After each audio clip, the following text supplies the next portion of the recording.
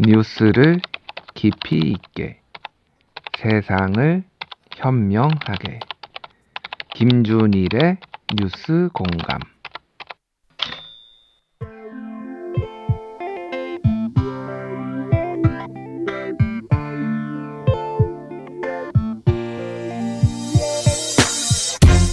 내가 영화를 만드는 이유는 세상을 바꾸고 싶어서가 아니라 세상을 좀 더 사랑스럽게 만들고 싶어서다.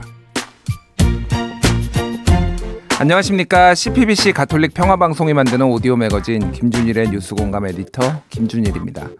9월 17일 화요일, 오늘의 헤드라인은 영화감독 프랑스와 투리포의 말을 가져와 봤습니다. 이 말을 보다 보니 우리가 영화를 보는 이유도 그와 다르지 않다는 생각을 하게 됩니다. 아름다움보다는 추함이, 선함보다는 악함이, 사랑보다는 증오가 더 커 보이는 세상. 그런 세상을 조금이라도 사랑스럽게 바라보기 위해서 사랑스럽다 믿고 싶어서 영화를 보는 것은 아닐까 하는 생각을 해보게 됩니다. 그렇다면 과연 몇 편의 영화를 봐야 세상이 더 사랑스럽게 보일까요? 얼마나 많은 영화를 만나야 오늘의 보름달이 희망으로 느껴질까요? 그건 알 수 없습니다. 그러니 볼 수밖에요. 함께 보름달을 마주본 이들과 한 편의 영화를 말입니다. 추석을 맞은 김준일의 뉴스공감. 오늘은 세상을 사랑스럽게 만들어줄 영화를 전하려 하는데요. 잠시 후 추석 특선 영화 편성표 함께 짜보도록 하겠습니다.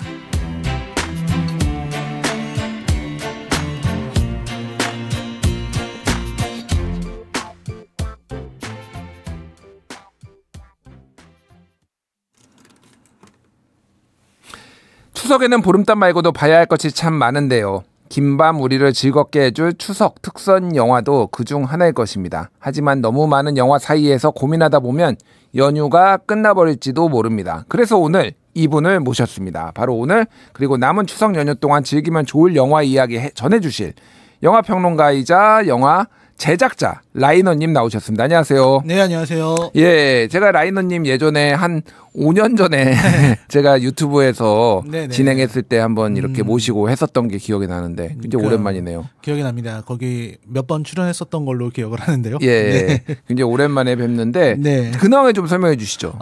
근황은 뭐 계속해서 영화 평론을 하다가 예? 책도 2권을 냈고요. 최근에는 이제 영화를 제가 감독을 하고 있습니다. 영화 제작자? 각본, 감독, 제작 그렇게 와, 하고 있습니다. 그렇군요. 네. 뭐 이렇게 마블 영화 정도의 좀 규모가 되는 예산인가요? 그렇진 않고요. 예. 네. 그거에 비하면 정말 조족지혈, 예. 말도 안 되는 정말 저예산으로 만드는 영화인데요.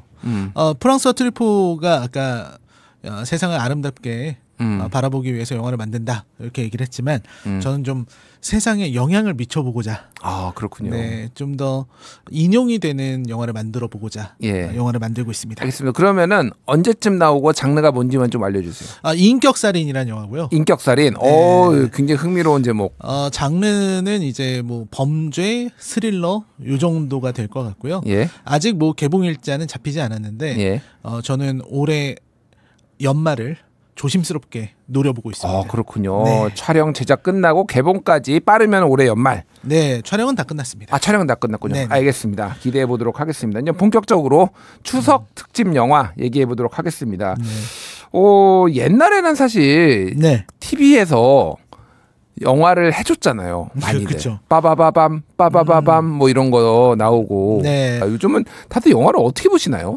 근데 요즘도 해요. 그 추석 명화를 아직도 합니다. 뭐 추석만 되면은 각 방송국마다 나름대로 라인업을 짜서 화제가 됐던 영화들을 이제 틀어주고 하는 것들은 아직도 있습니다. 근데 예전처럼 우리가 영화를 보는 그 창구가 적지가 않기 때문에 예전에는 정말 TV 편성표에 동그라미 쳐가면서 맞아요. 이건 놓치면 안 돼 이러면서 보곤 했었는데 지금은 뭐 OTT라든지 혹은 뭐 VOD 뭐 IPTV 뭐 이런 것들을 통해서 보시기 때문에 지금은 그때처럼 TV 앞에 앉아 있을 필요는 없죠.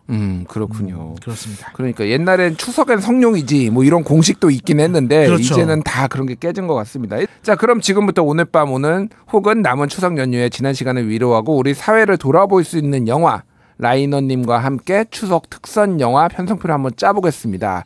역시 이게 제가 라이너님 이제 유튜브에서 또 영화 평론하시는 거 가끔 보면서 굉장히 공감이 많이 되는 이유는 굉장히 날카롭게 비평을 하고요. 그 재미와 또 작품성 그리고 사회적 가치 이런 것도 좀 골고루 비평을 항상 해주셔서 제가 한 공감을 많이 하거든요. 네네. 오늘도 그런 거 준비해 오신 거죠? 아 그럼요. 네. 예. 엄선을 해봤습니다. 네, 그러면 첫 번째 영화 어떤 겁니까? 첫 번째 영화는 그 되게 의외이실 수도 있겠는데 예? 이 로봇 드림이라는 로봇 드림이요? 네. 이 드림이 그러면은 꿈하는 드림입니까? 아니면은 준다는 드림입니까? 꿈의 드림입니다. 꿈의 드림이요? 네, 로봇 드림. 로봇 드림이라는 작품인데 이 작품이 굉장히 독특합니다. 일단 이 작품은 사라 바론이라는 작가의 그래픽 노블 그래픽 노블을 원작으로 하고 있는 작품인데 그걸 영화로 만든 거예요. 근데 이 영화의 내용은 뭐냐면 이 영화는 인간이 등장하지 않고요. 동물들이 사회를 이루어서 살고 있어요. 그러니까 인간이 살고 있는 것 같은 도시인데 이제 의인화된 강아지라든지 이들이 사람처럼 살고 있죠. 그런 사회에서 주인공인 개가 TV를 보고 있었습니다. 근데 TV에 이제 홈쇼핑 광고가 나왔는데 그 광고 내용이 뭐냐면 당신의 친구가 되어줄 로봇 이 로봇을 집집마다 들이세요라는 그런 광고였어요. 그래서 로봇을 주문을 해서 집에서 로봇을 조립을 합니다. 조립을 해서 로봇이 완성이 됐는데 이제 그 로봇하고 이제 둘도 없는 친구가 되는 거죠. 둘도 없는 친구가 돼서 정말 행복한 시간을 보냈는데 두 사람이 해변을 가요. 해변을 갔는데 해변에서 놀았는데 이제 로봇은 바닷물에 약하고요. 그리고 바닷물에 약한 데다가 모래사장이 한번 쓰러지니까 일어날 수가 없게 됐어요. 그 위기에서 이 개가 선택하는 방법이 있는데 여기서부터는 영화를 보시는 게 좋겠습니다. 그래서 이 작품은 어떤 거냐면 그 이별에 대한 이야기입니다. 그 사람 이건 뭐 은유니까요. 사람과 사람의 이별, 만남과 이별, 그리고 무엇보다 이별을 우리가 어떻게 받아들이고 사랑이란 무엇인가 이런 것들의 질문을 던지는 굉장히 좋은 작품이에요. 일단 동물들을 소재로 동물 사회라고 하니까 몇 가지 이제 작품들이 생각이 나는데 뭐 주토피아라든지 그렇죠. 뭐 이런 것들 다 이제 동물들이 나오는 거잖아요. 그리고 뭐 예전에 이제 조지 오웰의 뭐 동물농장이라든지 이제 풍자가 굉장히 강한 이런 성격인데 그런 거하고는 조금 이제 결이 좀 다른 것 같아요. 조금 다르긴 하지만 어쨌든 동물을 통해서 인간 사회를 보여주려고 한다는 점 이런 부분들은 좀 비슷한 결이라고 볼 수 있죠. 그렇군요.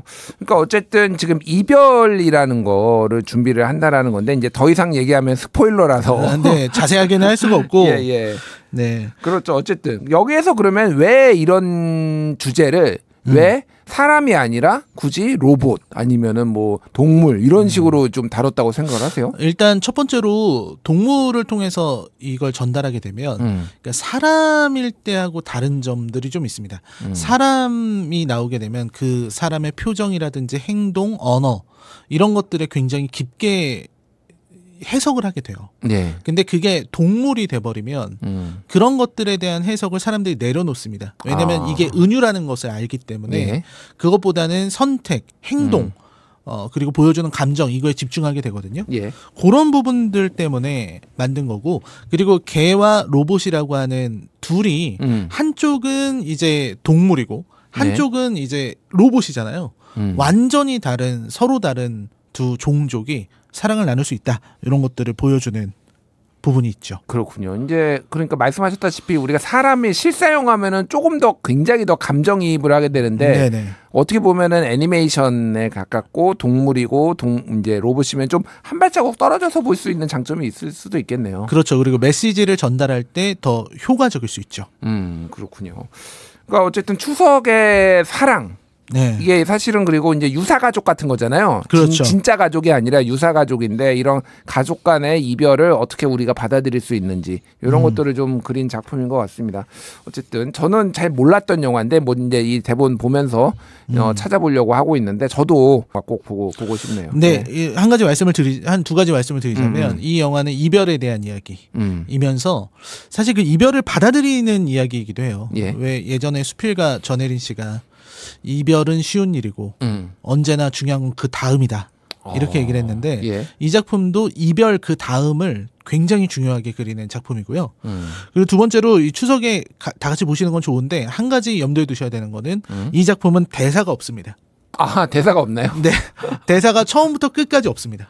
대사가 없는 거는 약간 그 클레이 애니메이션이었던 월레스 앤 그로밋이라든지 그렇죠. 이런 거 뭐 이런 거는 굉장히 재밌게 봤거든요. 이것도 재밌게 보실 수 있을 거예요. 근데 이제 월레스 앤 그로밋은 사실은 그 표정이라든지 아니면 그 상황 자체가 약간 액션도 섞여 있고 그러니까 이해하는데 전혀 문제가 없잖아요, 사실은. 근데 그렇죠. 이거는 뭔가 감정이입이 돼야 되는데 대사가 없으면은 뭔가 좀 어렵지 않을까 그 생각도 드는데. 그 부분을 너무 잘 만들어서 이 작품이 그렇군요. 그 부분이 너무 잘 돼 있어서 대사가 없기 때문에 오히려 사람들에게 더 생각할 수 있는 그런 시간을 허용을 해줘요. 그렇군요. 네, 여백이 있는 영화. 네. 뭐 이렇게 이해를 하시면 될 것 같습니다. 알겠습니다. 첫 번째 로봇 드림 한번 찾아보시고요. 자, 두 번째 영화 추석 특집 편성 어떤 겁니까?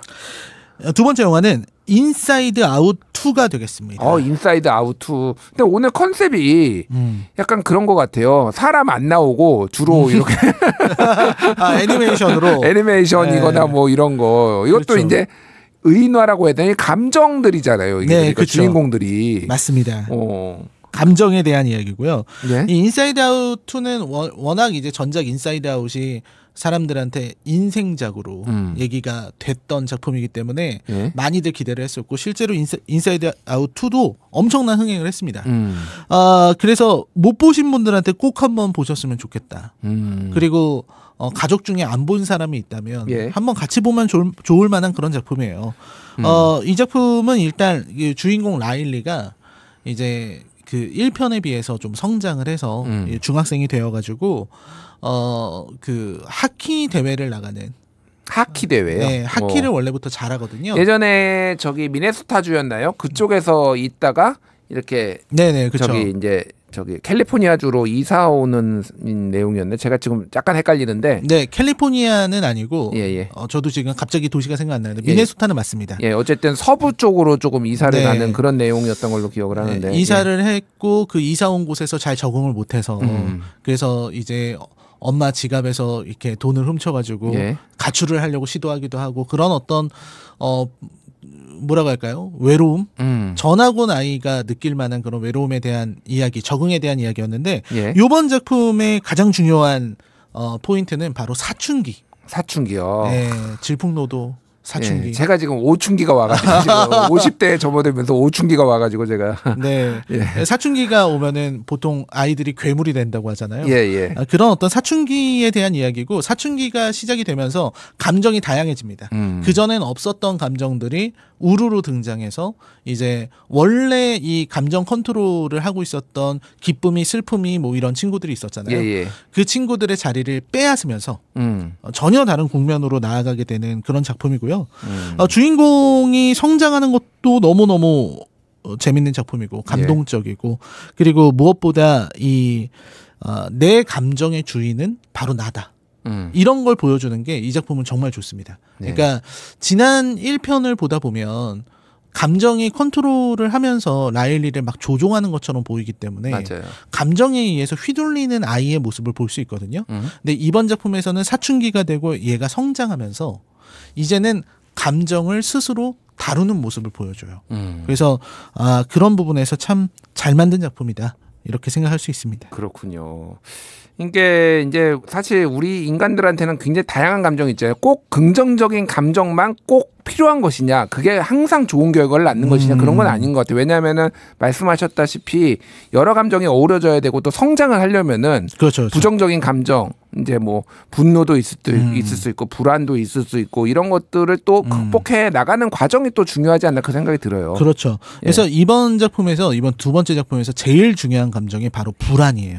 불안. 사춘기의 불안. 근데 이 불안이라는 게 사춘기만 느끼는 게 아니라 요즘 청년들도 많이 느끼는 것이 또 불안이고. 저희가 저번에 한번 불안을 특집으로 해가지고 전문가들 한번 모셔봐가지고 뭐 이제 정신과 전문이라든지 아니면은 뭐 사회학자, 뭐 경제학자 이런 분들 모셔서 얘기를 했는데 그냥 그분들의 진단은 사실 젊은 세대 이런 게 아니라 대한민국 전체가 다 지금 불안한 사회다. 불안을 느끼는 사회다 이런 말씀을 하고 통계적으로도 많이 말씀해 주시더라고요. 그러니까요. 이 불안. 이 불안이 처음에는 이 불안이라는 친구가 등장하면서 이 애니메이션에서는 좋은 면도 보여줘요. 불안하기 때문에 미래를 대비하는 거예요. 미래에 여러 가지 시나리오를 써요. 그것도 잘못될 수 있는 시나리오들을 많이 쓰는 거죠. 앞으로 이 일이 이렇게 잘못되면 어떡하지 하는 식의 불안. 예. 그런 시나리오를 무한히 만들어서 어떻게 보면 사람을 좀 신중하게 만드는 그런 효과는 있거든요. 근데 이제 나중에 가면 불안으로 인해서 망가지는 것들을 보여주죠. 너무 불안해하기 때문에 자기가 갖고 있었던 어떤 신념이나 예. 나에게 소중한 것들을 버려버릴 수 있다는 거예요. 그리고 불안하기 때문에 이 불안이 극도로 가면 공황으로 이어지고. 그렇군요. 요런 부분들이 있는데 이 영화는 되게 잘 만든 게 그 불안이라는 감정마저도 사실은 그것조차 나의 일부다. 불안조차도 나의 것이다. 네. 라는 걸 인정하고 그걸 포용하는 모습을 보여줍니다. 그래서 굉장히 좋은 작품이죠. 그렇군요. 알겠습니다.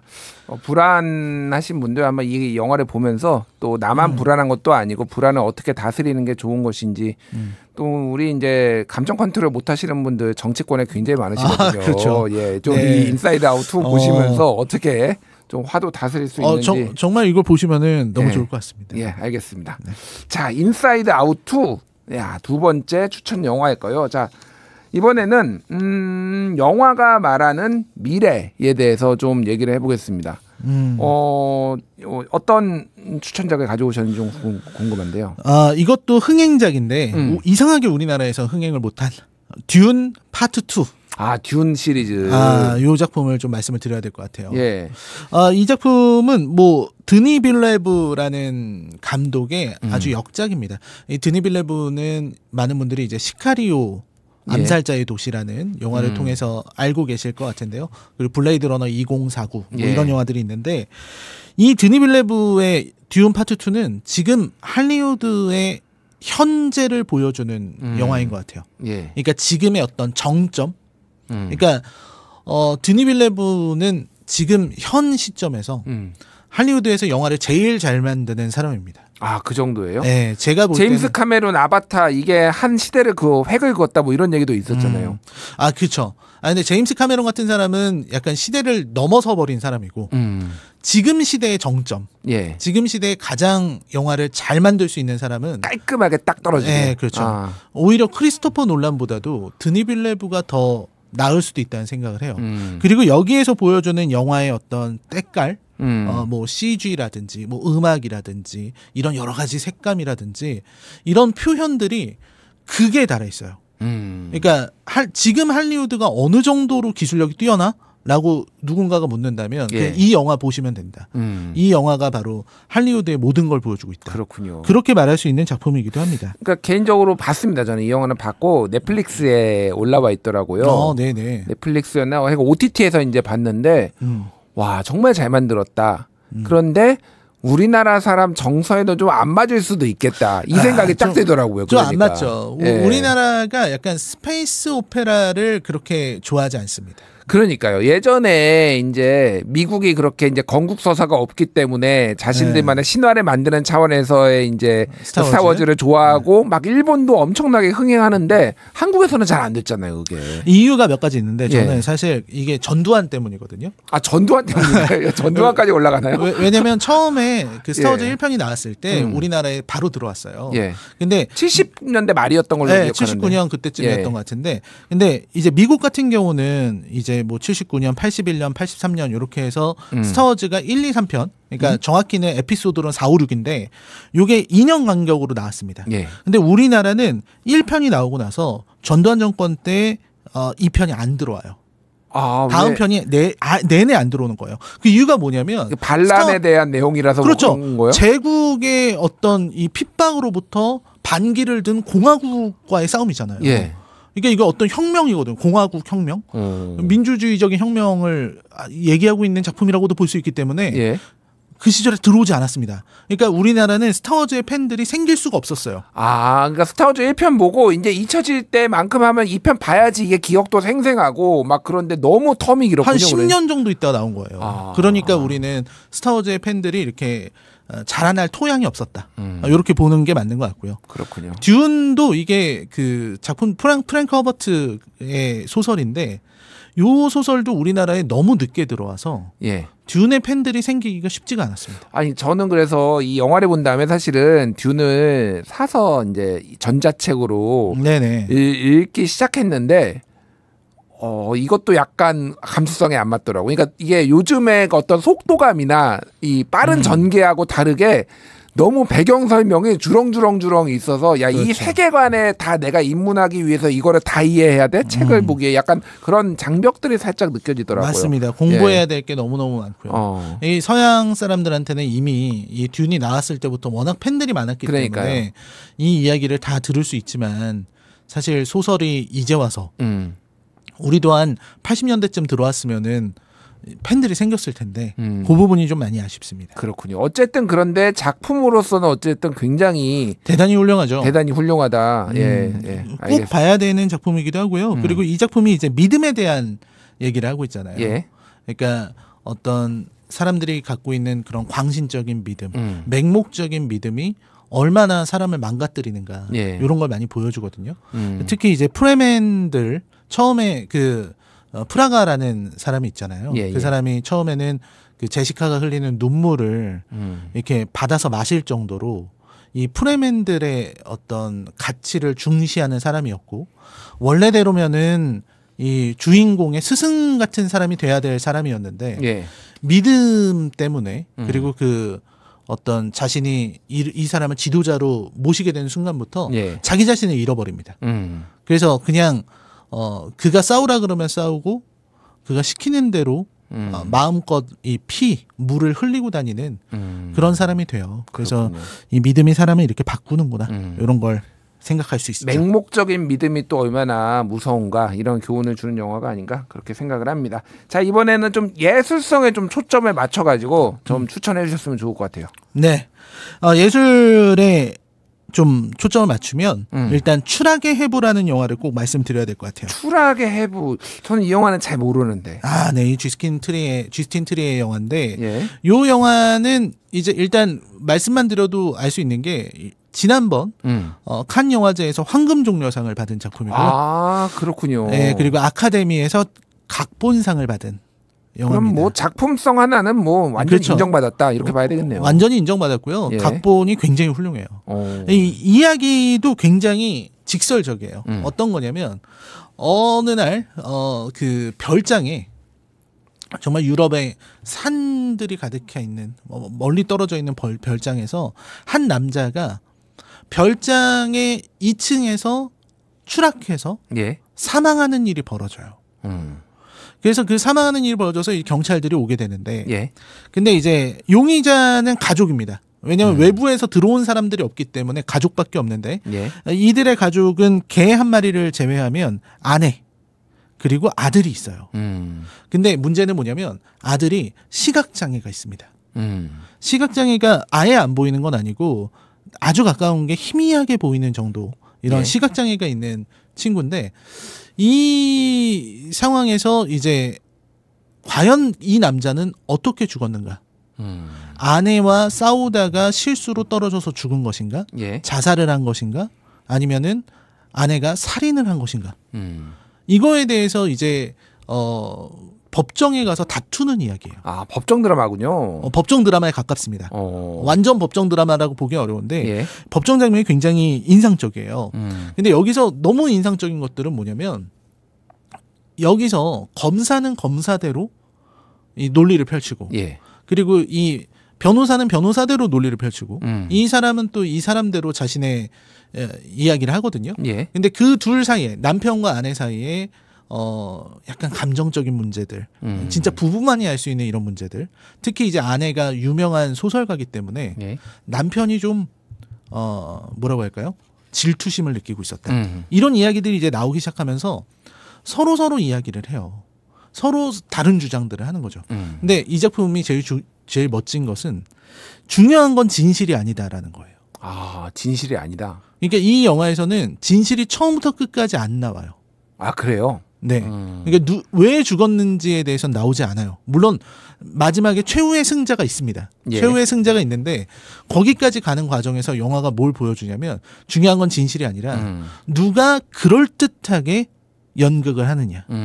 누가 가장 지지를 받을 만한 시나리오를 쓸 수 있느냐. 예. 이게 제일 중요해요. 그래서 법정에서 서로 이제 시나리오를 들고 나오고요.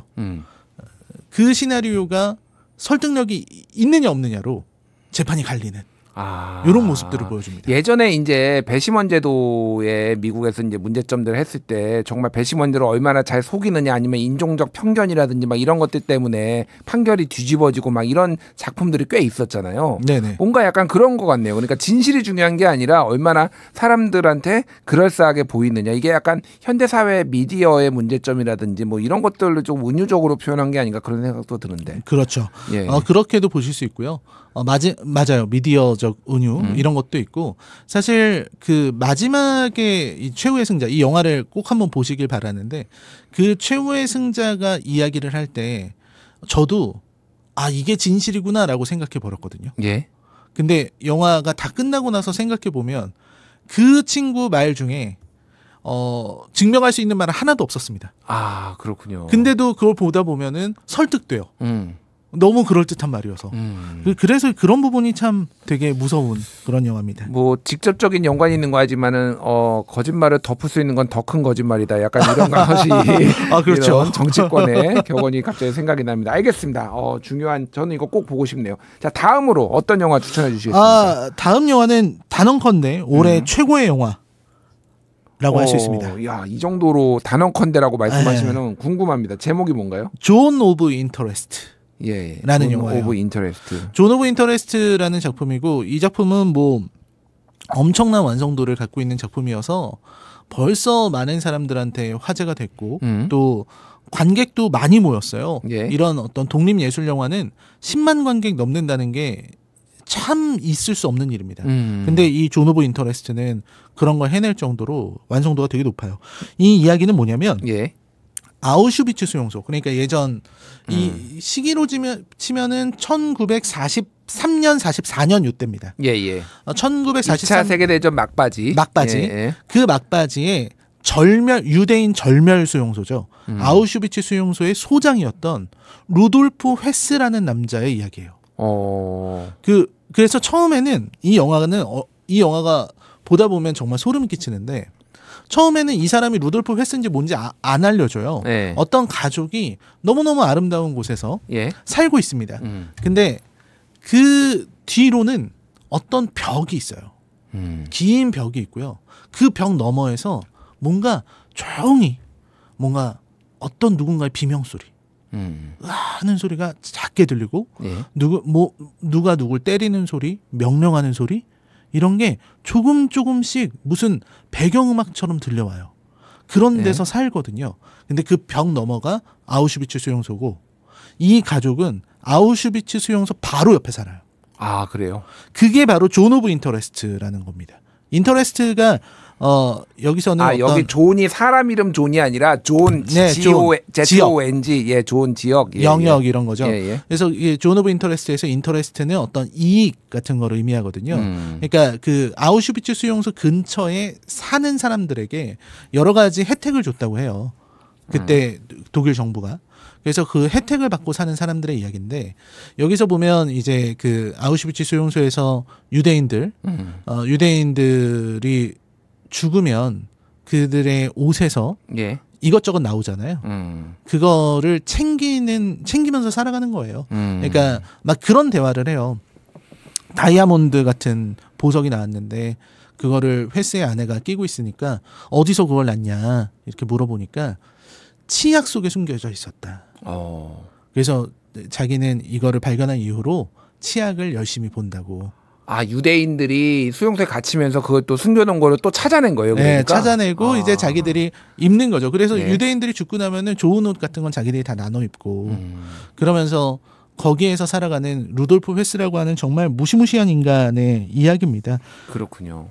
이게 약간 말씀해 주신 거 보니까 예전에 이제 스필버그가 만들었던 쉰들러 리스트의 정반대의 그렇죠, 그렇죠. 뭐 이런 모습인 것도 좀 생각이 들고 이제 독일 철학자의 이제 한나 아렌트라는 이제 한나 아렌트가 이 나치에 부역한 사람들의 어떤 심리 상태를 얘기를 하면서 악의 평범성이라는 개념을 처음 얘기를 했는데 그때 이제 아돌프 아이히만이라는 그 나치 장교의 어떤 자서전을 보면서 이 개념을 만들었거든요. 약간 악의 평범성이 좀 생각이 나는 것 같아요. 그렇죠. 예루살렘의 아이히만 사실 한나 아렌트가 재판장에서 했던 그런 여러 말들 이런 것들이 저는 적용된다고 보고요. 그리고 루돌프 헤스의 바로 상관이 아이히만입니다. 아 그래요? 그래서 영화에서도 아이히만 얘기가 나와요. 왜냐하면 아우슈비츠 수용소 소장이니까 이 거기에 유대인들을 보내는 그런 수송 작전이라고 할까요? 그 수송 작전의 총책임자가 아이히만 맞습니다. 아이히만이 그런 사람이었거든요. 그래서 이 마지막에 보면은 루돌프 헤스가 회스 작전이란 걸 해요. 이 회스 작전이라는 거는 30만이었나요? 30만, 40만에 달하는 헝가리에서 오는 유대인들을 모두 죽이는 그런 작전이었거든요. 그 작전을 하게 되는데 아내한테 전화를 걸어서 이렇게 얘기합니다. 내가 이번에 중요한 작전을 맡게 됐어. 횟스 작전이야. 나만 횟스가 아니고 자기도 횟스잖아. 이렇게 얘기하면서 우리에겐 너무 영광스러운 일이야. 그러니까 유대인을 죽이는 게 영광스러운 일이라는 거죠. 그리고 그 횟스 작전의 골자가 뭔가 봤더니 하루에 10,000명씩 죽이는 겁니다. 하루에 10,000명씩. 하루에 10,000명씩 죽여서 그 시체를 이제 어떻게 소각할 것인가. 이거에 대해서 진지하게 논의하고 이런 장면들이 나오는 그런 작품이죠. 악에 대해서, 악의 평범성에 대해서 얘기를 한 것 같은데 다음 작품도 좀 연관성이 있는 것 같아요. 소개해 주신 작품. 그렇죠. 다음 작품은 사실 하마구치 류스케라는 감독을 여러분들이 좀 들어보셨을지 모르겠습니다. 하마구치 류스케. 일본의 유명한 감독인 걸로 알고 있는데요. 아주 유명한 감독입니다. 구로사와 기요시 감독의 사사를 받은 그런 감독이기도 한데 대표적인 작품은 이제 드라이브 마이카라든지 아사코라든지 우연과 상상 이런 작품들이 있는데요. 악은 존재하지 않는다는 올해 나온 하마구치 류스케의 신작이에요. 오늘 소개하실 작품은 악은 존재하지 않는다. 악은 존재하지 않는다. 앞에서는 분명히 악이 존재한 것 같았는데 지금 여기서는 악이 존재하지 않는다 제목이. 그렇죠. 앞에서는 분명히 악이 있었고요.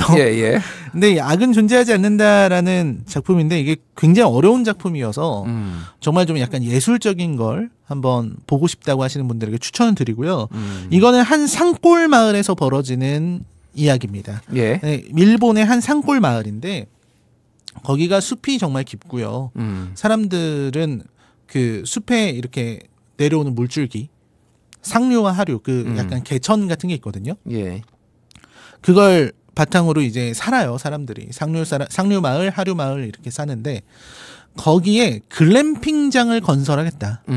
글램핑장 건설을 위해서 이제 그 도쿄에 있는 회사가 와서 글램핑장 건설을 하겠다면서 주민들을 모아놓고 이제 설득을 하는 내용입니다. 근데 그 주민들이 그 도쿄에서 온 그런 공사하는 건설사, 그 건설사 친구들한테 전혀 지지 않고 그들이 만들려고 하는 글램핑장의 구조적인 문제가 무엇인지를 다 얘기하고 이런 걸로 이야기가 진행이 되거든요. 근데 결국 악이란 게 무엇일까라고 생각해 보면 하마구치 류스케는 이렇게 얘기한 것 같아요. 악이란 게 절대적인 악이 있어서 그 악이 사람들을 물들이는 게 아니라 사람과 사람의 관계 그리고 사람과 사람 사이에서 오는 갈등과 대립 그런 데서 악이 이제 태어난다. 존재하지 않을 악이 거기서 만들어진다. 일종의 그러니까 성선설에 기반을 했는데 상황이 사람을 타락하게 만든다. 약간 뭐 이런 느낌이기도 하네요. 저는 이제 그렇게 해석을 하는데 다양하게 해석할 수 있는 그런 작품이기도 하죠. 그렇군요. 글램핑장 저도 참 좋아하는데요. 그런 거를. 캠핑 좋아해서 많이 다니는데 보면서 가끔 저기에다가 꼭 이런 거를 만들어야 돼 그런 생각이 들기도 해요. 보면은 굉장히 그렇죠. 이제 산골짜기로 들어가면은 우리는 가서 시원하게 이제 쾌적하게 캠핑을 하지만은 이것도 또 자연 파괴 아닌가? 뭐 이런 생각도 드는데 어쨌든 뭐 그게 핵심은 아니지만은 어떤 상황이 만들어낸 악.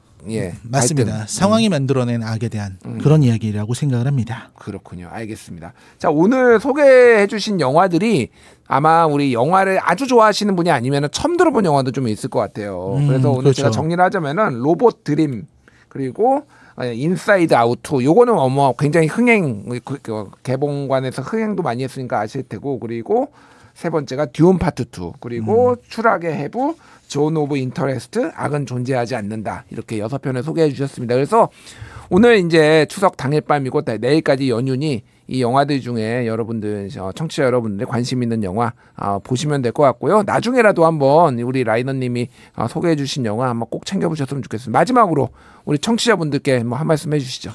네, 청취자 여러분 추석 연휴 잘 보내시고 이 영화들 제가 소개해드린 영화들은 어느 하나 부족한 게 없는 영화들이기 때문에 한번 보시면 정말 많은 것들을 얻어가실 수 있을 것 같습니다. 예, 알겠습니다. 감사합니다. 오늘 추석 특집으로 라이너님과 함께 특선 영화 큐레이션 만들어봤습니다. 라이너님 감사합니다. 감사합니다.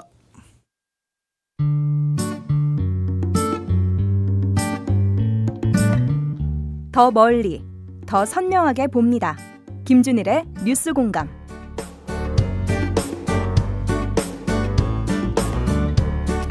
기억되어야 하는 이야기가 너무 쉽게 잊히는 요즘입니다. 이럴 때일수록 소설과 음악 그리고 영화로 기억을 새기는 것이 좋은 방법이 될 텐데요. 추석 연휴 우리가 만나야 할 역사와 영화 이야기 나눠줄 세 분 나오셨습니다. 1923 간토 대학살 영화의 김태형 감독, 최규석 감독 그리고 김현성 작곡가 나오셨습니다. 안녕하세요. 안녕하세요. 예, 8월 15일에 이제 1923 이거 제가 1923으로 해야 되는지 1923이 맞나요? 예, 1923 간토 대학살 영화가 개봉이 됐는데 일단 어떤 영화인지 소개를 좀 해주시죠. 101년 동안 일본이 철저하게 꽁꽁 은폐한 간토 대학살, 일본의 국가 범죄 역사를 추적해온 일본 시민단체 4분과 한국의 근대 한일 근대 사진연구가 정성길 교수 총 5인의 추적 이야기입니다. 그렇군요. 예. 그러니까 이게 이제 간토 대학살 하면은 우리가 예전에는 이제 관동 대지진이라고 보통 불렀었는데 조선인이 뭐 우물에 독을 풀었다 이런 뭐 이제 허위 정보, 가짜 뉴스 이런 것들이 퍼지면서 조선인 한국인들이 굉장히 많이 학살당한 그 사건을 지금 얘기하는 거죠, 그러니까. 네, 맞습니다.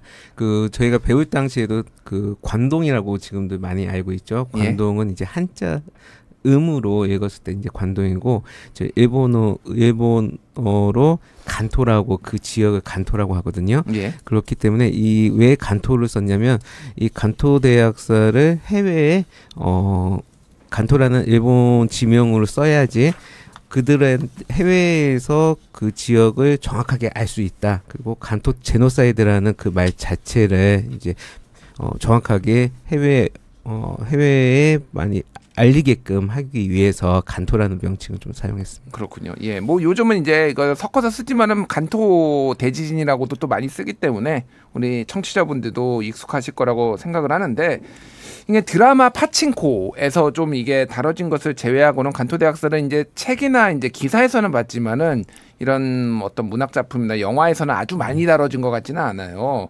수많은 역사의 페이지가 있는데 특히 이제 이런 우리에게는 굉장히 비극적인 일인데 이거를 고른 좀 이유가 있을까요, 감독님? 한국과 일본의 그 36년간의 식민지 기간 동안 일본이 저지른 가장 잔악하고 가장 국가적으로 나쁜 범죄가 간토에서 1923년 대지진 이후에 자연재해를 빙자해서 계엄령을 내려서 거기 나가서 일하고 계시던 우리 선조 조선인 할아버지 할머니를 계엄령을 내려서 군대가 민간인을 학살하고 경찰을 동원해서 학살하고 연배로 자경단이 동원해서 학살한 그런 가장 뭐라고 할까 국제적인 제노사이드입니다. 이거는 우리가 밝혀내야 되는 거기 때문에 꼭 했습니다. 그렇군요. 이게 이제 어쨌든 참사 현장을 좀 돌아다니면서 거기에서 이제 실제 무슨 일이 있었는지도 밝혀내고 그런 거잖아요. 이게 이 사건 자체를 잘 모르시는 분들이 있기는 해요. 제가 간단하게 소개를 했는데 그때 당시에 얼마나 이제 제일 조선인들 피해자들이 있었는지 그런 것들은 조금 설명해 주실 수 있으시겠어요? 네, 우선 그 전체 학살된 숫자는 총 6,661명으로 추정하고 있습니다. 우리나라 임시정부에서 이제 조사한 바에 의하면 그 숫자가 나오고 이게 정확하게 간토가 도쿄와 요코하마, 치바, 사이타마, 군마까지 이렇게 전 지역에서 5개 현에서 일어났거든요. 특히나 군마 같은 경우는 도쿄에서 100km가 떨어진 곳이거든요. 그리고 아까 지금 말씀하신 것처럼 사건이 일어났던 현장들도 도쿄 같은 경우는 도쿄도 스미다구에 아라카와 강이 마치 우리나라 한강처럼 쭉 강이 있습니다. 그 강변에서 일본 군이 기관총으로 조선인 분들을 한 300여 명을 학살을 했었고요. 그 치바 같은 경우는 군대 그 지자체 자체가 일본 수도방위 같은 역할을 하는 도시거든요. 그곳에서는 군대가 마을 주민한테 조선인 불화, 즉 그 사람한테 쓸 수 없는 말이죠. 불화라는 그 명칭을 하면서 조선인들을 나눠줬습니다. 그리고 나눠주고 그들을 마을 주민들이 죽이게끔 명령을 했었고요.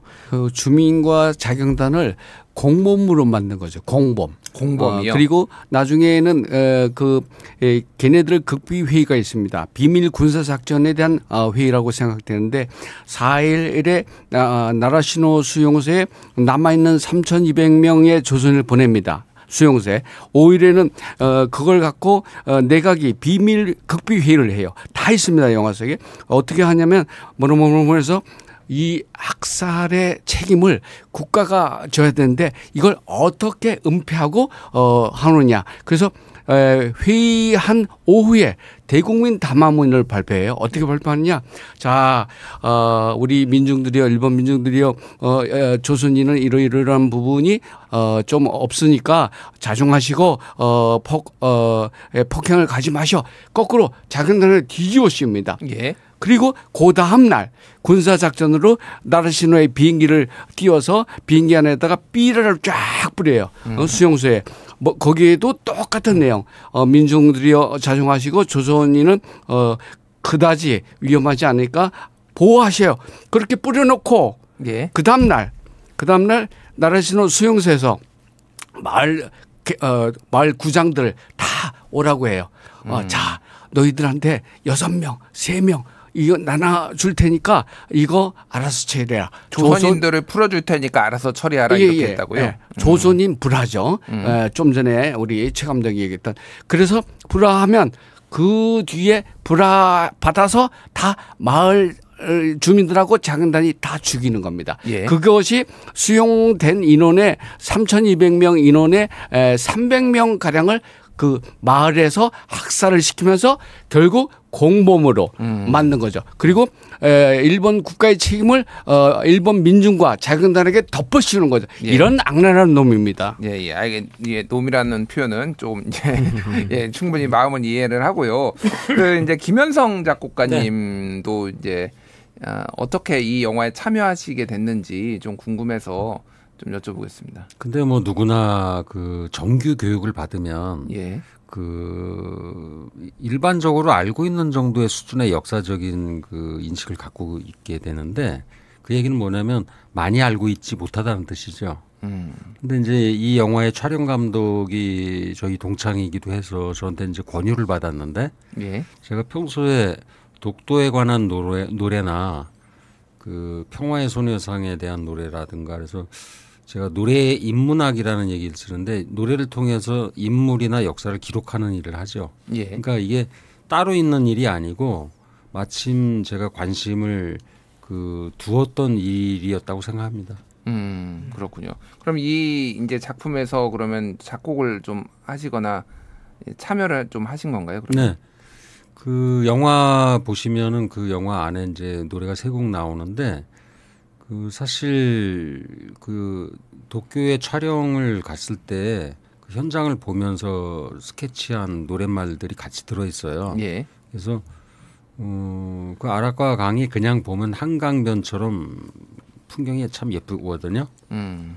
그런데 그 역사적 사실을 알고 나서라면은 그 풍경이 그렇게 아름답게 보이지 않더라고요. 예. 그래서 그 노래를 아마 영화를 보시면서 들으면 울컥하시는 기분이 들 수도 있고 많이 동의하실 거라고 생각합니다. 그러니까 이제 1923년에 이제 간토 대지진이 일어나고 10만 명 이상이 사망하고 수백만 명의 이재민이 발생하고 굉장히 흉흉한 상황에서 이제 이거를 누군가를 이제 조선인들의 타겟으로 삼아가지고 이런 것들을 좀 어떤 잘못이나 국가의 시선을 어떤 돌리는 거죠. 시선을 돌린 거죠. 그러니까 국가의 어떤 잘못이나 이런 실책을 좀 모면하기 위해서 국가가 방조하거나 사실상 유도했다 이런 내용인 것 같은데, 근데 이 다큐멘터리를 지금 보면은 어쨌든 양심적인 일본인들이 이거를 또 다 추적을 해가지고 이거를 밝혀내고 있고 그 발자취를 좀 따라가는 거잖아요. 그분들에 대해서는 좀 어떻게 좀 평가를 하십니까? 우선 이 간토 조선의 학살은 일본 땅에서 일어났기 때문에 저희 한국 대한민국 국민이 접근하기가 굉장히 힘들었던 부분이 있었지만 일본 현장에서 그분들이 활동할 수 있는 모습을 보면 정말 이렇게 뭐라고 표현을 할지 모르겠어요. 왜냐면 그들도 그런 얘기를 하거든요. 우리가 이 오래된 과거를 이야기하는 것은 다시는 이런 일이 되풀이되지 않기 위해서 해야 된다라는 말씀들을 하셨기 때문에 그분들은 정말이지 또 연세들이 또 많으세요. 고령이신데도 그렇게 저희한테 또 많은 걸 이렇게 보여주려고 했었고요.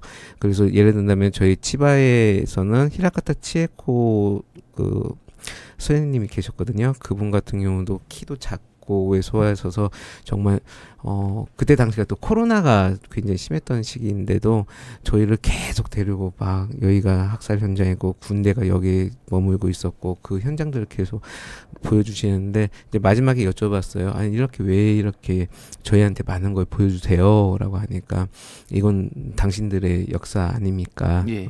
우리는 알려줘야 할 책임이 있고 당신들은 알아야 할 의무감이 있다라고 그렇게 말씀을 하셨거든요. 그래서 그분들을 보면서 참 너무 늦게 왔구나. 그리고 부끄러웠죠, 사실. 알겠습니다. 그러니까 이게 일본의 어떤 이런 학살, 만행을 우리가 또 기억을 해야 되지만은 거기에서는 또 이제 그런 것들을 또 문제가 있다고 지적하는 양심적인 일본인들도 있기 때문에 그들과도 또 우리가 연대를 해야 되고 모든 일본인을 또 미워할 필요는 없지 않나. 저는 이제 이런 다큐멘터리의 의미가 또 그런 게 아닌가 그런 생각이 그런 듭니다. 부분이 사실 그 서울에서 우리가 살다 보면은 그런 사람이 있나 하고 생각하게 될 수밖에 없거든요. 예. 그런데 막상 가보니까 오래전부터 이미 자기들이 회비를 걷어서 시간을 내서 거의 직장처럼 이렇게 일하시는 분들도 있고요. 그러니까 고맙기도 하고 또한 반갑기도 하고 막 이런 마음이 이제 겹쳐지는데 그래서 우리가 모른다 그래서 그런 일이 없거나 하지 않다는 거예요. 역사는. 그리고 일본인들 시민들도 그 선한 마음으로서 그것을 그렇게 스스로 반성하는 마음으로 지금까지 이제 그 일을 해오고 있는 분들이 꽤 있다는 거죠. 알겠습니다. 예, 그런데 제가 참 요거 앞에 이렇게 무슨 인형 같은 거를 세워 놓으셨는데 감독님들이 이게 제가 뭔지를 여쭤보지 않았는데 이게 어떤 건가요? 그 죽은 영혼을 위로해 주는 종인데 원래는 지금 그 모형으로 조그맣게 돼 있잖아요. 거의 사람 크기만하게 만들어서 그 현장에서 그 다리에서 뿌렸을 때 굉장히 그 장면을 보고 울컥했습니다. 넉전이라고 하죠. 6,661개를 밤사이에 거기다가 매달아 놨습니다. 6,661명을 죽었다는 것을 추도하기 위해서. 피해자 숫자만큼은 이거를 만드셔가지고 아라카와 강변에다가 저게 펄럭펄럭하면 되게 슬퍼요. 그렇군요. 넋을 기리는 차원에서 이제 그 영화에서도 나온다 이렇게 말씀을 드리고요. 영화 속에는 사람 크기입니다. 사람 크기로요. 알겠습니다. 그 도움을 주신 분 분들이 그렇게 많다면서요.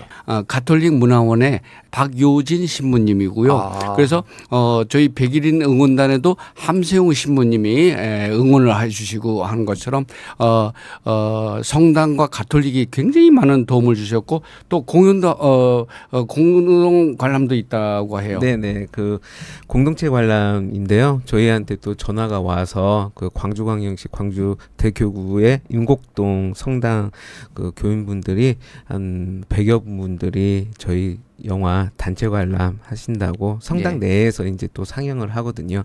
그런 뜻깊은 일들에 동참해 주셔서 저희가 다 힘이 나죠. 아, 그렇군요. 예, 알겠습니다. 우리 가톨릭 신자분들도 많은 관심 가져주셨으면 좋겠습니다. 자, 마지막으로 이 영화를 꼭 봐야 된다 되는 이유를 좀 우리 청취자분들한테 좀 설명을 해주시죠, 감독님.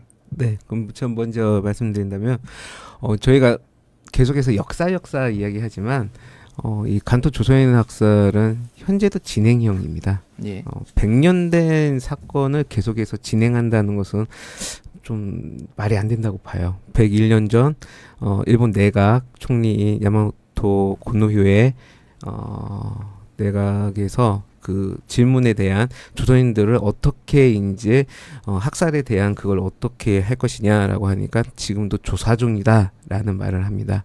그리고 101년이 지나도 그들은 계속 조사 중 혹은 조사할 필요성을 못 느끼고 있다라는 말을 하고 있거든요. 그러니까 그리고 도쿄의 요리코 도지사는 지금도 조선이 학살에 대한 추도문을 보내지 않고 있거든요.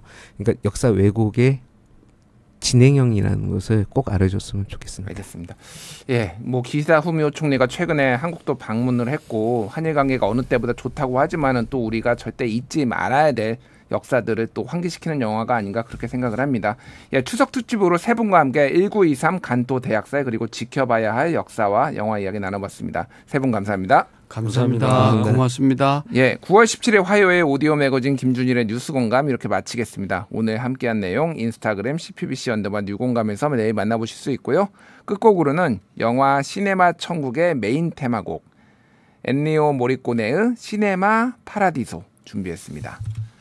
저는 내일 오후 6시 3분에 다시 찾아오겠습니다. 감사합니다.